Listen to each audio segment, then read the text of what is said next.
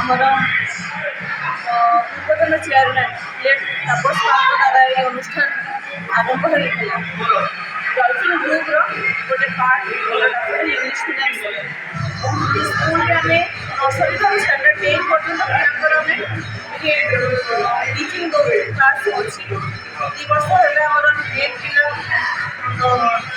CBSE ପ୍ୟାଟର୍ନରେ exam ଦେଉଛନ୍ତି। 100% result ସମସ୍ତେ କରିଛନ୍ତି। ଏ ବର୍ଷ ବି ଆମର 12 ଜଣ ପିଲା ଅଛନ୍ତି 10 ବୋର୍ଡ଼ ଦେବା ପାଇଁ, CBSE ବୋର୍ଡ଼ ଏକ୍ଜାମ୍ ଦେବା ପାଇଁ। ଆଶା ରଖିଛୁ ପ୍ରତି 2 ବର୍ଷ ଭଳିଆ ଏ ବର୍ଷ ସେମାନେ ବହୁତ ଭଲ ରେଜଲ୍ଟ କରିବେ। ଆଉ ତାଙ୍କୁ ପ୍ରିପେୟାର କରିବା ପାଇଁ, ସେ ପିଲାମାନଙ୍କୁ ତିଆରି କରିବା ପାଇଁ ଏହି ଅନୁଷ୍ଠାନରେ ଯେଉଁ ଶିକ୍ଷକ ଯେଉଁ ଟିଚର୍ମାନେ ଅଛନ୍ତି, ମୁଁ କହିବି ଅର୍ଥରେ ସେ ଜଣେ A1 ଟିଚର୍। ତାଙ୍କ ଦ୍ୱାରା ପିଲାମାନେ ଶିକ୍ଷା ଗ୍ରହଣ କରୁଛନ୍ତି ଆଉ ସେ ଭଲ ରେଜଲ୍ଟ ବି କରି ଆସୁଛନ୍ତି। ବେହେରା ଡାଫୋଡିଲ୍ ଇଂଲିଶ ମିଡ଼ିୟମର ଭାଇସ୍ ପ୍ରିନ୍ସିପାଲ୍। 2014 ମସିହାରୁ ଆମ ସ୍କୁଲ ସ୍ଥାପନ ହୋଇଛି।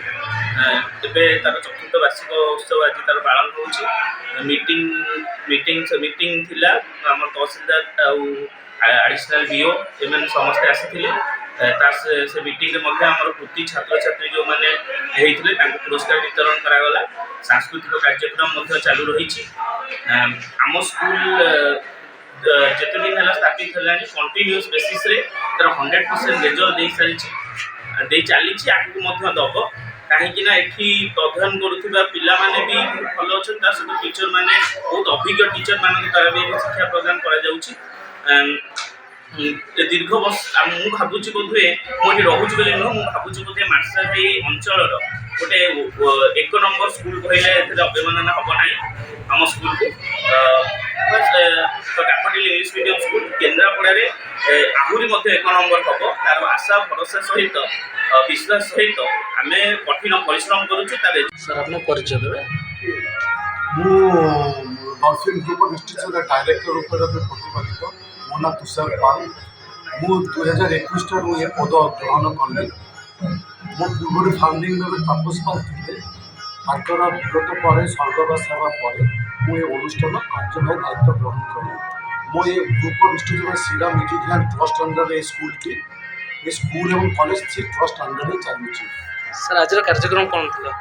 ଆଜିର ଚତୁର୍ଥ ବାର୍ଷିକ ଉତ୍ସବ ପାଳନ ହେଇଥିଲା ଡାଫୋଡିଲ୍ ଇଂଲିଶ ମିଡ଼ିୟମ୍ ସ୍କୁଲର ଏବଂ ଡଲଫିନ୍ ଗ୍ରୁପ୍ ଅଫ୍ ଇନଷ୍ଟିଚ୍ୟୁସନ୍ର ଦୁଇଟା ବୋଥ୍ ସ୍କୁଲର